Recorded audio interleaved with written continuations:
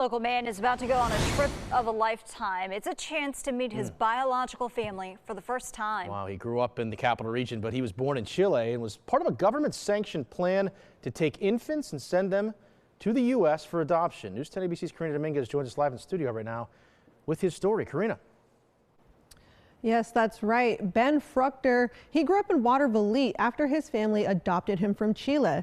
He learned that the paperwork his family received was completely different from the truth. And he's not the only one. Fruchter was adopted when he was only a few months old. His older brother had taken him to the hospital with respiratory issues. And from there, the truth was blurred and his family never saw him again. From my understanding, I was just moved around from ward to ward, and they weren't really given a clear answer. Just my brother brought me into the hospital one day because I was having respiratory issues, and that was kind of the last they saw of me.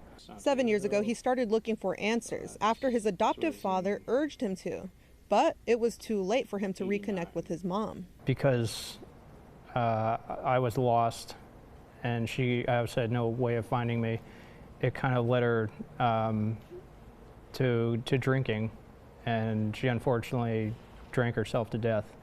After trying on his own, he finally reconnected with his biological family once he reached out to Connecting Roots. The nonprofit organization does this work because its founder, Tyler Graff, has a similar story.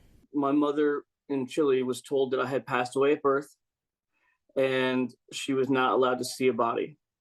And that right there, that's a very common narrative, very common occurrence in all these illegal adoptions.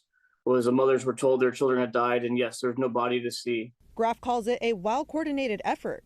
And the dictatorship of Pinochet, one of the plans was to eliminate the poor population, or the indigenous, or the single mothers as well. And part of that was taking the children and getting them out of the country, but in doing so, also making some money. Fruchter is looking forward to making up for the time lost. He is one of 8 other adoptees making a historic trip back to Chile this weekend to reconnect with their biological families through Connecting Roots. Now, Connecting Roots has been footing the bill for these trips to reconnect families. If you want to help, you can find a link to that donation page on our website, news10.com. Reporting in studio, Karina Dominguez, News 10 ABC.